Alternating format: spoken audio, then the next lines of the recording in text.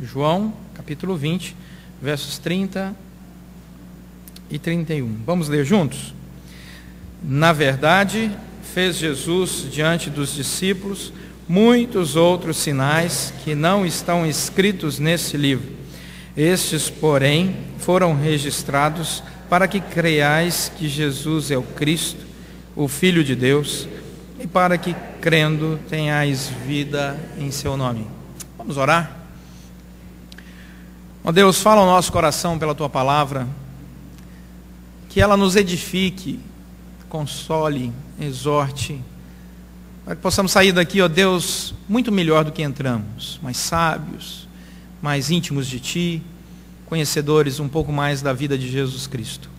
Oramos pedindo a Tua bênção sobre nós, pela obra do Teu Santo Espírito, em nome de Jesus Cristo. Amém.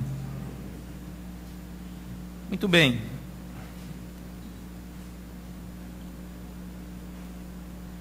Dois anos atrás, um dos nossos diáconos que mudou para Saquarema me procurou lá no gabinete, disse assim: pastor, tem uma igreja presbiteriana, uma das nossas igrejas, que foi construída há 40 anos atrás e ela está fechada porque não deu certo, há muitos anos ela está abandonada. Foi um presbítero que construiu com seus próprios recursos, doou para a igreja o terreno, a igreja. Passou para uma outra igreja, que não era presbiteriana do Brasil. Essa igreja tentou ali plantar uma nova igreja, não deu certo. Devolveu para a igreja presbiteriana do Brasil, ficou fechada, está lá há anos, abandonado aquele lugar. E, como eu sei que a nossa igreja é plantadora de novas igrejas, então queria trazer essa proposta ao conselho da igreja presbiteriana da Gávea. Eu falei, tá bom. E o nosso conselho foi lá. Visitamos então a igreja em Jaconé, que é próximo a Saquarema. Essa igrejinha fica em Jaconé, um lugar bonito. E conhecemos lá o presbítero, que já estava com mais de 80 anos, e um seminarista, que estava indo para o seminário e que desejava plantar a igreja ali. E então, perguntamos, quantos crentes tem aqui? Aí o presbítero, só ele. Não, então tá bom. Então, se com 12 Jesus mudou o mundo, com um a gente, né, vai fazer um bom barulho em Jaconé. E a igreja da Gávea então levantou os recursos e investiu ali nesse projeto de plantação daquela nova igreja. Começamos com um projeto de reforma daquele templo, para que as pessoas pudessem passar na rua e reconhecer que ali agora era uma igreja. E o seminarista fez treinamento para isso, tem feito mentoria conosco aqui. E esse ano eu levei esse projeto para os Estados Unidos. 2 igrejas presbiterianas americanas resolveram dar um suporte financeiro junto com a igreja da Gávea para aquele projeto. E nós começamos a ampliar aquele lugar, a construir salas. Mas por que ampliar? É porque já temos 65 adultos crentes naquele lugar. E está crescendo, Então, Deus tem abençoado muito, ricamente. Mas aconteceu uma coisa interessantíssima nos últimos meses ali. O nosso seminarista, esse Vitor, estava à porta da igreja durante a semana, organizando algumas coisas, e eis que passou um mendigo.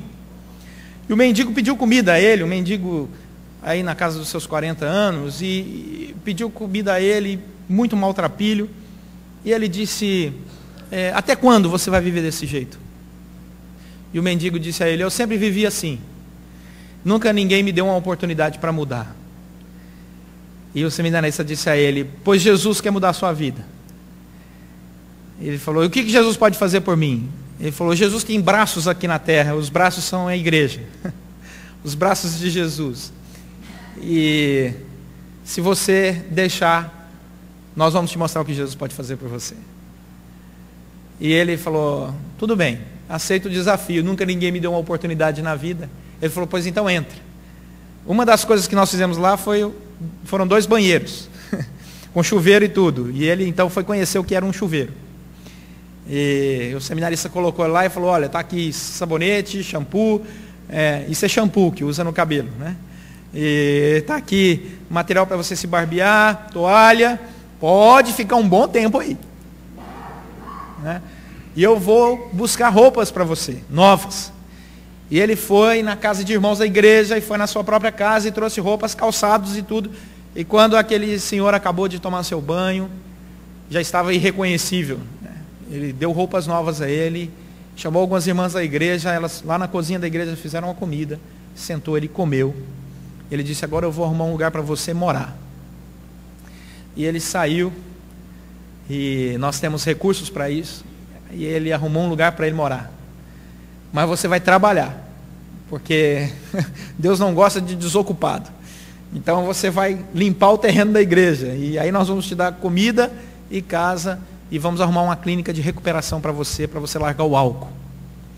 E ele aceitou o desafio. E ele falou que queria mesmo mudar de vida. E começou a orar, conheceu a palavra, e esse foi o processo. E em 3 meses, na clínica de recuperação, ele abandonou o álcool.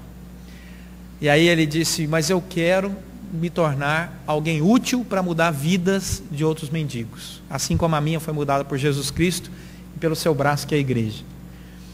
E aí ele foi encaminhado para um lugar onde existe uma missão, que a igreja também é parceira, para a recuperação de mendigos e que prepara eles na palavra para que eles possam alcançar outros.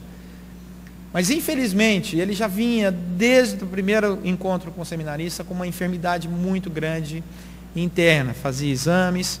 Ele foi encaminhado então para um hospital particular, que é presbiteriano. E lá ele recebeu todo o tratamento, mas o estado dele já era de metástase. E infelizmente, depois de pouco tempo, mas com muita dignidade, ele faleceu recentemente. Foi chamado à presença do Senhor. Depois de meses de renovo, e agora, na fé em Cristo Jesus, no céu.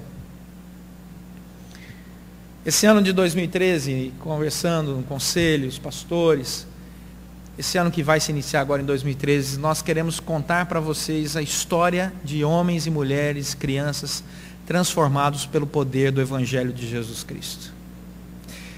Nós vamos gravar, já começamos, testemunhos de pessoas que vocês vão conhecer, aonde Jesus Cristo fez toda a diferença e trouxe vida e vida em abundância. Porque muitas vezes você entra na igreja e não tem a menor noção que a sua oração, o seu apoio em oração, o seu apoio à liderança da igreja, a sua generosidade e contribuição financeira, estou falando disso mesmo, é o que dá condições para que a igreja mude vidas lá fora, de pessoas que vocês não têm a menor ideia, que estão sendo impactadas com o Evangelho de Jesus Cristo, que transforma integralmente. É isso que nós fazemos aqui de segunda a sábado. E no domingo, muitas vezes não contamos, mas vamos começar a contar. Esse ano vai ser um ano muito especial. Prepare seu coração, porque muitas emoções santas virão aí.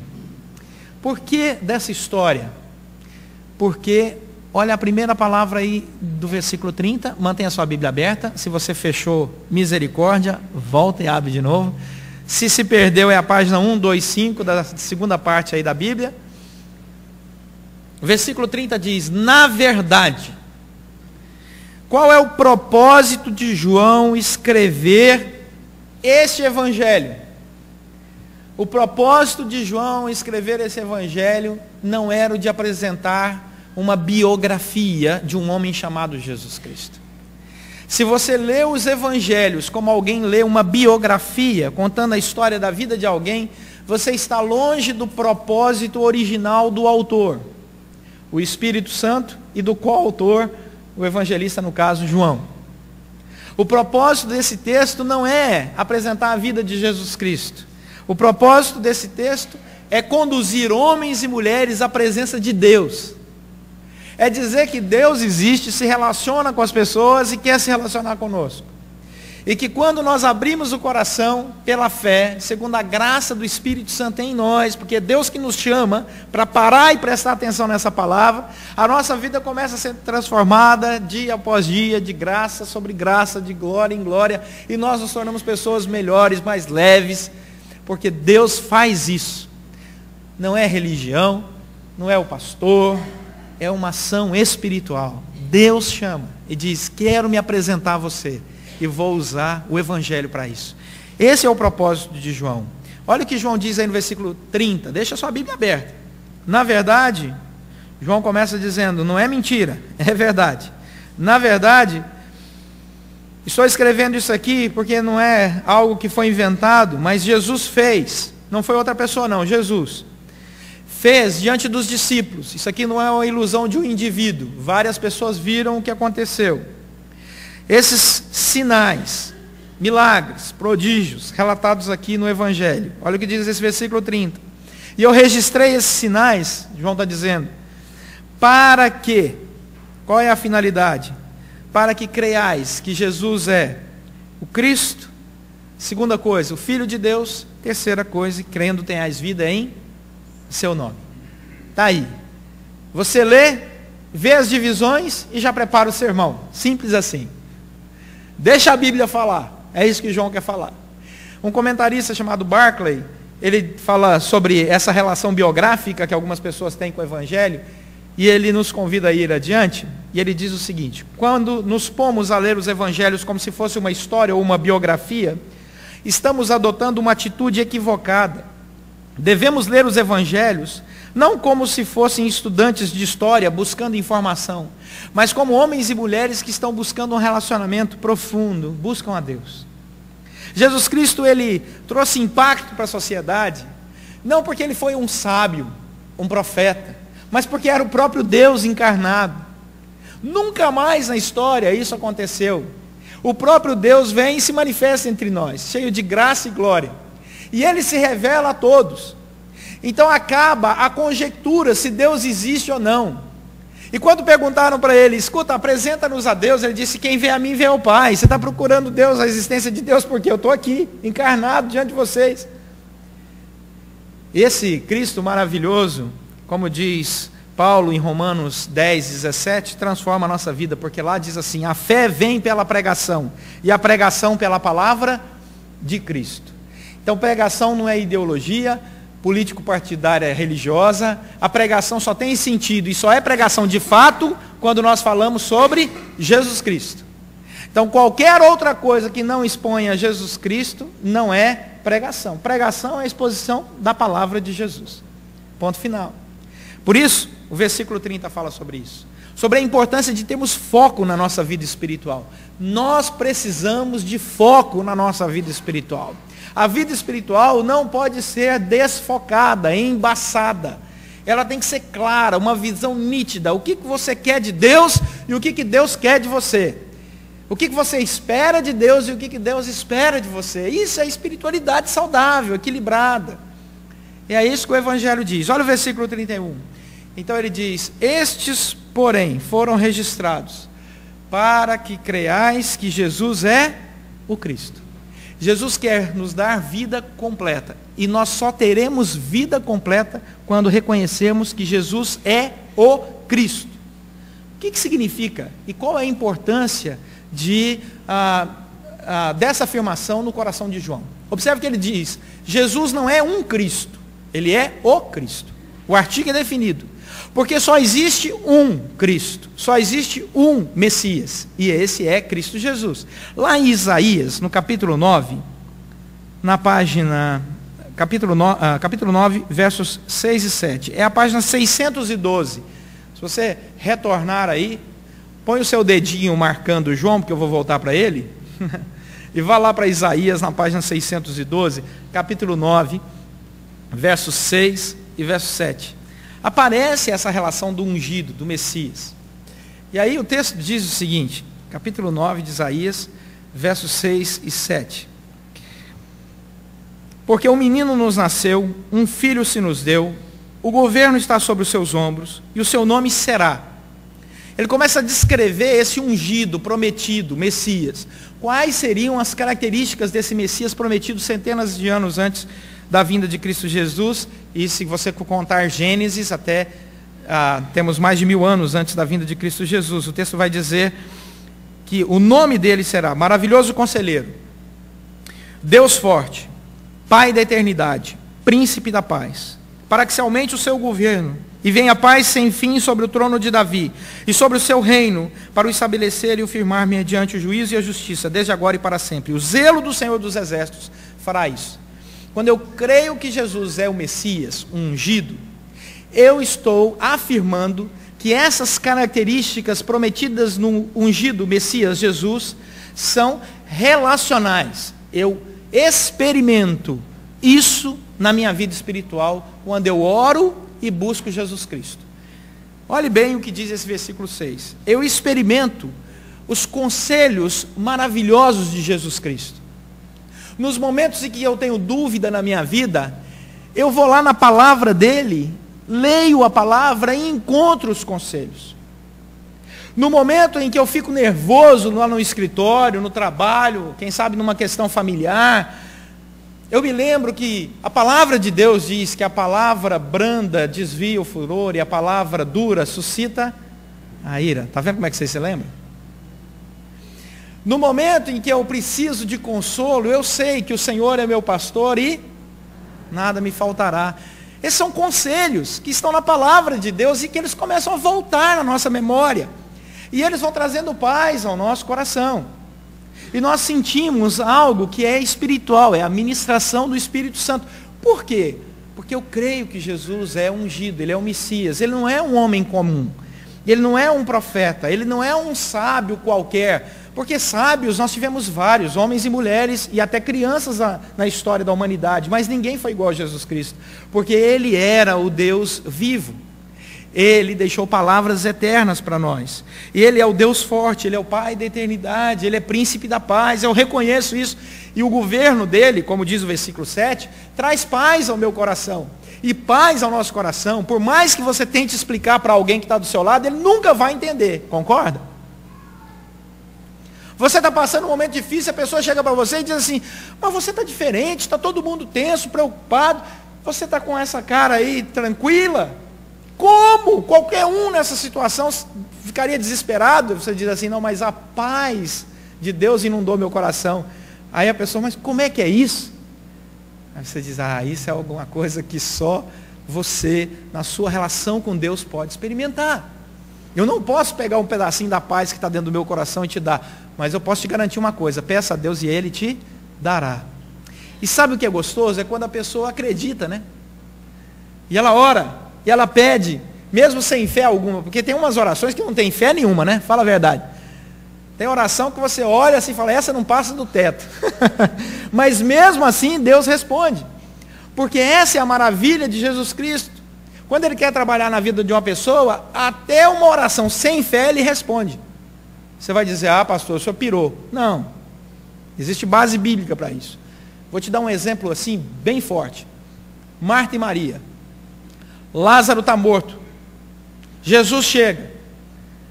Elas clamaram e pediram para que ele ressuscitasse seu irmão? Não.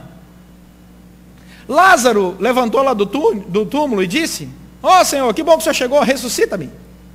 Não. A palavra de Jesus foi, abre o túmulo. E a palavra de todo mundo, Senhor, que péssima ideia. Isso não faz parte da liturgia, vai feder.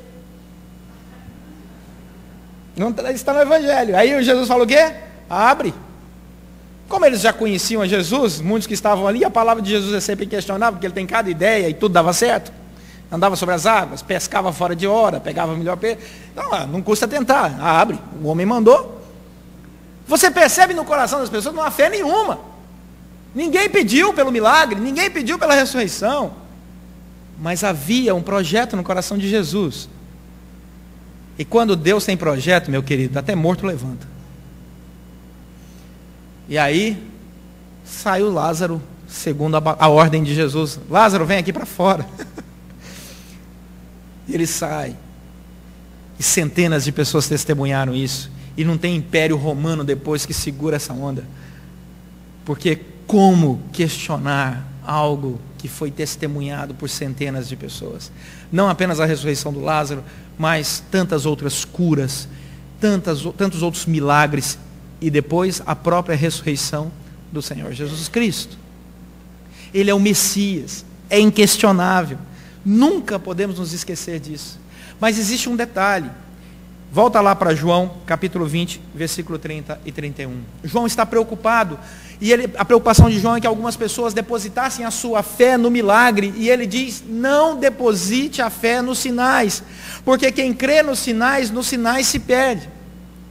Creia que Jesus é o Cristo, creia que Jesus é o Filho de Deus e creia que Ele pode te dar vida e abundância, mas não deposite a sua fé nos sinais e nos milagres. Sabe por quê? Porque até alguns malas religiosos da época de Jesus acreditaram nos sinais dele. Eu estou chamando de mala, assim, sendo politicamente correto. Porque foram os que mandaram ele para a cruz. João capítulo 11, versículo 47. Vai dizer, lá em João 11, 47, pode olhar, que os principais sacerdotes, veja se eu estou dizendo a verdade, João 11, 47. Então os principais sacerdotes e os fariseus, os mesmos que condenaram Jesus, convocaram o sinédrio.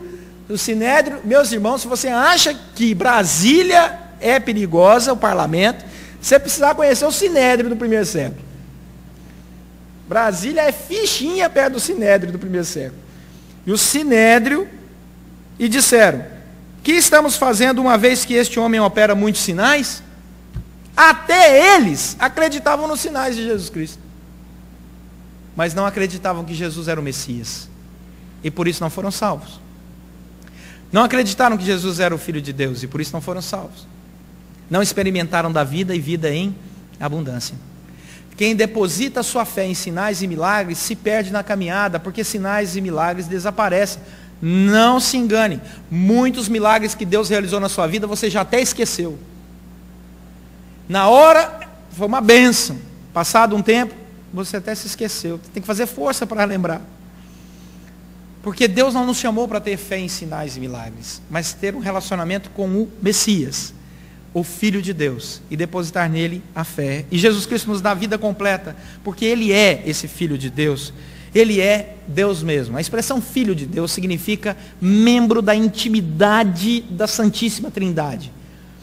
Não é filiação por subserviência ou filiação hierárquica, como se o pai fosse melhor, mais poderoso que o filho. Essa é uma grande dificuldade de interpretação quando a gente diz e lê na Bíblia que Jesus é o Filho de Deus, porque parece-nos dentro da nossa cultura que hierarquicamente Deus o Pai é superior ao Filho, mas não é isso que a Bíblia diz.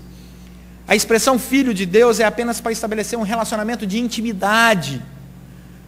Jeremias, lá no capítulo 23, versos 6 e 7, vai mostrar que Jesus é Deus desde o Antigo Testamento. Vamos lá, Jeremias capítulo 23, versos 6 e 7. Se a Bíblia for sua, pode grifar que esse texto é bom.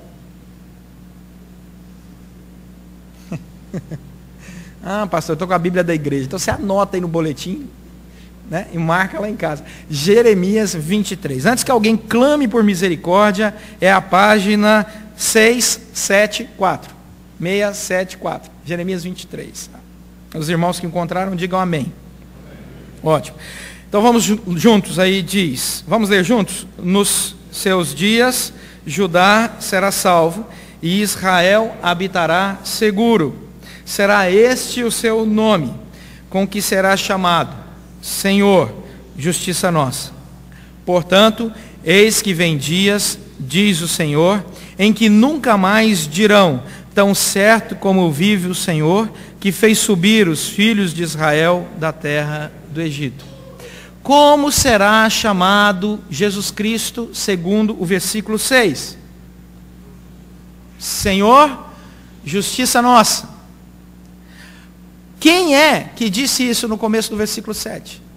Portanto, eis que vem dias, diz o Senhor. Observe aí na Bíblia que Senhor está em letras garrafais. Essa é uma maneira de se traduzir do hebraico Yahvé, o eu sou, quando Deus se apresenta a Moisés lá no Gênesis, né? Quando começa a história de Gênesis e Êxodo do povo de Deus, ele começa a se apresentar como eu sou. De Gênesis, Êxodo, na relação com Moisés, especificamente em Êxodo, ele vem se apresentando como eu sou, desde a criação, fica muito claro em Êxodo, e agora você vai ler nos profetas. Aí Yahvé é traduzido por Senhor em letras garrafais. Quando é Adonai, aí é Senhor apenas com S maiúsculo, resto minúsculo. Mas quando é Senhor em letras garrafais, significa que no hebraico, a língua que foi escrita no original, é o próprio Senhor Deus falando, Yahvé. Mas peraí, gente, olha de novo o texto, como ele é interessante, então, a partir dessa perspectiva. Jesus Cristo é o Senhor Yahvé. Mas o versículo 7 vai dizer que a revelação é do Senhor Yahvé, como se fosse Deus Pai. Aí surge uma questão: é Jesus ou Deus Pai? João capítulo 10 vai responder. Quando perguntaram para ele, mostra-nos o Pai, e quem fez essa pergunta foi Filipe. Você está novo para ser esse Filipe, foi o outro. Mostra-nos o Pai, eu quero ver o Pai. Qual foi a resposta de Jesus lá em João 10? Quem vê a mim, vê ao Pai. Eu e o Pai somos um só. Essa é a intimidade da Santíssima Trindade. Então Jesus Cristo não era um homem com um senso de divindade, era o Deus encarnado, Yahvé, que criou os céus, terra, todos nós e tudo que existe, e sustenta. Então não adianta crer nos milagres e sinais se você não confessa que Jesus é o ungido, o Messias, o único mediador entre Deus e os homens, que não há outro igual. Nem homem, nem mulher na história da humanidade pode levar a sua oração diante da Santíssima Trindade. A Bíblia diz que só há um que pode fazer isso, e é Jesus Cristo. E que Ele é o Deus verdadeiro, vivo, encarnado. Então por que alguém vai questionar se Deus existe ou não, se Ele já esteve entre nós? Isso é fato histórico. Finalmente, quando eu creio em Jesus Cristo, volta lá para João, capítulo 20, versículo 31... Eu entendo que João escreveu isso aqui, inspirado pelo Espírito Santo, para que eu pudesse crer que Jesus é o Cristo, não apenas crer nos milagres, isso é fácil, mas crer que Ele é o Messias, o único, crer que Ele é o único Filho de Deus, não há outro. Ele é aquele que abriu as portas, e se hoje podemos ser chamados de filhos e filhas de Deus, é porque cremos em Cristo Jesus. E aí ele conclui, versículo 31, por causa dessa fé nós temos vida e vida no seu nome. Então Jesus vem para nos dar vida plena, vida completa. Lá em João 10, 10, que é o versículo que será tema do ano de 2013 da nossa igreja, a Bíblia nos diz assim: eu vim para que vocês tenham vida e a tenham em abundância. Não existe mendicância no meio evangélico. Pode sair na rua e parar os mendigos e perguntar para eles: qual é a igreja que você frequenta no domingo? Você não vai encontrar nenhum dizendo assim: eu sou membro da Gávea, eu sou membro da Igreja Batista tal, da Igreja Assembleia de Deus tal. Não existe no meio do cristianismo alguém em plena comunhão com o Senhor que seja um mendigo, ou uma criança de rua largado por aí. Pode ser alguém que tenha passado pela igreja, e o álcool tirou, as drogas tirou, mas nunca teve um relacionamento direto com Jesus, porque Deus veio para nos dar vida, e vida em abundância. Por isso, os bancos da igreja, existe prosperidade intelectual, emocional, espiritual e até financeira. Porque Deus não deixa o justo nem a sua descendência mendigar o pão. Isso é promessa da Bíblia. Então, quando ele fala: eu vim para que vocês tenham a vida e tenham em abundância, eu vim para que vocês, crendo, tenham a vida no nome de Cristo Jesus, o Senhor promete muitas bênçãos. Ele não negocia, como a teologia da prosperidade quer ensinar erroneamente para as pessoas, mas Ele é o Deus da abundância, da fartura, da paz, e também materialmente dessas coisas. Não tem a menor dúvida quanto a isso. Quando Deus quer abençoar alguém, quando Deus quer trazer prosperidade à vida de uma pessoa, inclusive financeira, Ele faz, e faz com que o coração da pessoa não esteja preso a essas coisas, mas até use isso para abençoar outras vidas. Porque esta é a verdade do Evangelho de Jesus Cristo. E Jesus Cristo veio para que a nossa vida fosse completa, para que tenham a vida e a vida no nome de Cristo. Em Jesus Cristo nós encontramos Ele fazendo os seus milagres e trazendo o milagre para que houvesse prazer. É isso mesmo. Deus pode fazer milagres e sinais para que haja prazer, prazer mesmo. Ah, pastor, será possível? É sim, o primeiro milagre de Jesus foi aonde? Numa festa de casamento. O que ele fez? Transformou água em vinho. Isso tem a ver com prazer ou não tem? Só se você não gosta de vinho. Mas faltou vinho para a festa? Ele traz abundância. Muitas vezes na igreja, as pessoas não se preparam assim tão bem para as comemorações. Não é o nosso caso aqui, graças a Deus, mas eu já vivi isso em muitos lugares. Aí pensa que vai 100 pessoas, chega a 300. Tem salgadinho para 100. Pastor do céu, e agora? Ora. Vamos orar. Senhor, nós estávamos esperando 100, nossa falta de fé, e o Senhor mandou 300 pessoas. Então, Senhor, o Senhor multiplicou pão, peixe, multiplica o salgadinho. Meus irmãos, nunca vi essa resposta de oração ser negativa. É verdade. Sempre houve abundância na casa do Senhor. Na casa de crentes. Deus sempre multiplicou. Quantos pais casaram seus filhos sem recursos financeiros? Não vai dar. Calma. Vamos orar. Vamos pedir. Vamos calcular. Vamos pensar devagarzinho. A palavra do Senhor diz que não se edifica uma torre sem antes calcular os custos. Espera aí que vai dar certo. Não faça nada de maneira irresponsável. Ninguém vai sair daqui comprando uma Ferrari, tá certo? Por favor. Né? Eu vi uma essa semana à venda, 1.700.000. Só não comprei por uma questão de R$10. Fiquei implicado com o preço. Né? Não. Mas Deus traz a abundância. E as pessoas experimentam a ação, o cuidado de Deus. Até mesmo no prazer. Deus multiplica vinho. Deus faz festas maravilhosas para o seu povo. Deus faz com que Abraão e Sara tenham prazer mesmo já com uma idade super avançada. São milagres de prazer que Deus faz. Porque Ele quer que o seu povo tenha vida e vida em abundância. E essa é uma teologia muito interessante, concorda? Deus derrama a sua graça e faz que a vida e a abundância aconteça na vida de ricos e pobres, homens, mulheres e crianças, judeus e gentios. Pessoas que tinham muita fé e pessoas que não tinham fé alguma. Quando Deus quer agir, Ele age. E João então conclui o seu texto dizendo: eu escrevi isso aqui para que você não mire a sua fé e deposite a sua fé em sinais e milagres, mas não negue que eles aconteceram, para revelar que Jesus é o ungido, o Messias, o nosso mediador diante de Deus Pai, que Ele é o próprio Deus, na sua intimidade com a Santíssima Trindade, o Filho de Deus, e que Ele veio para nos dar vida, e vida em abundância. O que eu levo para casa, né? Quero voltar à história do mendigo.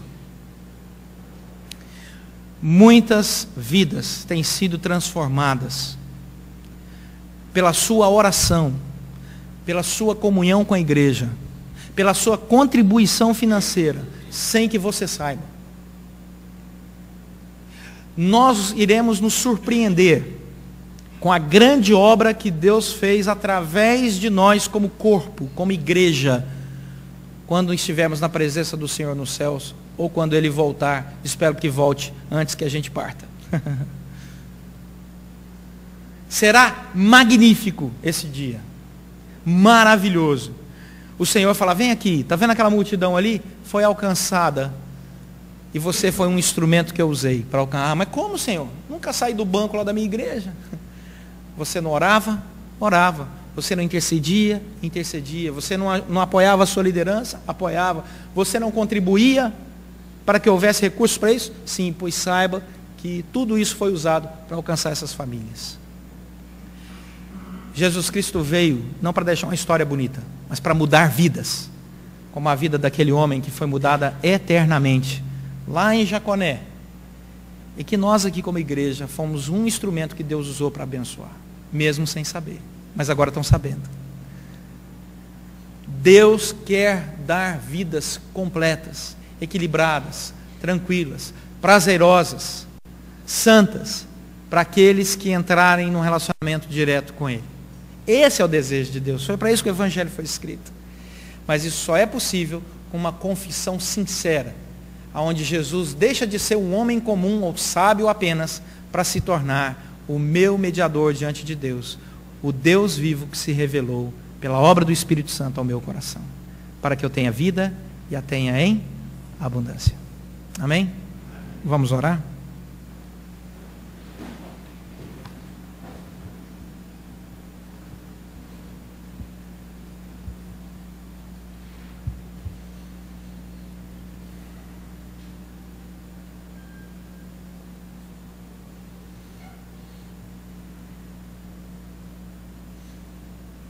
Tire esse momento para colocar diante de Deus aí o que você quiser falar com Deus. Feche seus olhos. Deixe Deus falar. Fale com Ele. Você quer ter paz interior? Peça isso a Jesus. Você quer ter alegria verdadeira? Peça a Jesus. É tão simples. Você quer ter mais sabedoria para as questões do seu dia a dia? Peça a Jesus. Mas confesse a Ele dizendo: Senhor, eu sei que a minha fé é pequena, mas eu quero crer mais e mais na Tua mediação como ungido, Messias na minha vida. Eu quero experimentar mais e mais a certeza de que Tu és o Deus presente, Emmanuel, Deus conosco, o Deus vivo, que ouve as nossas orações e que responde segundo a Sua maravilhosa graça. Deus quer falar ao seu coração, pode ter certeza disso. Você não foi criado pelo acaso. Existe um Criador. Você é único. Não existe outra pessoa igual a você. Deus te ama do jeitinho que você é. E quer te fazer uma pessoa melhor a cada dia para a glória dele. Senhor, nosso Deus e Pai, muito obrigado pela Tua palavra que revela Jesus como Cristo, nosso mediador, Messias, que veio para reinar sobre o nosso coração, nossa vida. Muito obrigado, Senhor, porque o Senhor manifesta a Tua presença.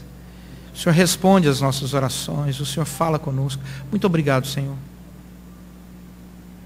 Traga vida plena a todos nós aqui, para que possamos testemunhar, dizer para aqueles que ainda estão procurando um caminho, que o caminho existe e que é Jesus Cristo, que Ele é o caminho, a verdade e a vida, e que ninguém vai a Deus a não ser por Ele. Senhor, coloca essa palavra nos nossos lábios, que é a palavra Tua, e nos faça viver a alegria de experimentar a paz que excede todo entendimento, e a alegria do Senhor que é a nossa força, dia após dia.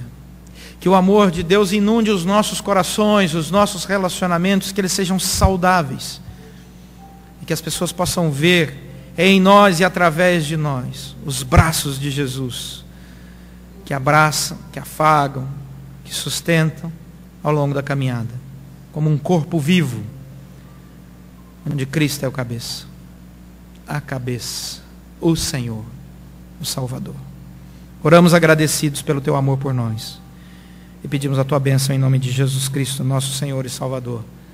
Amém.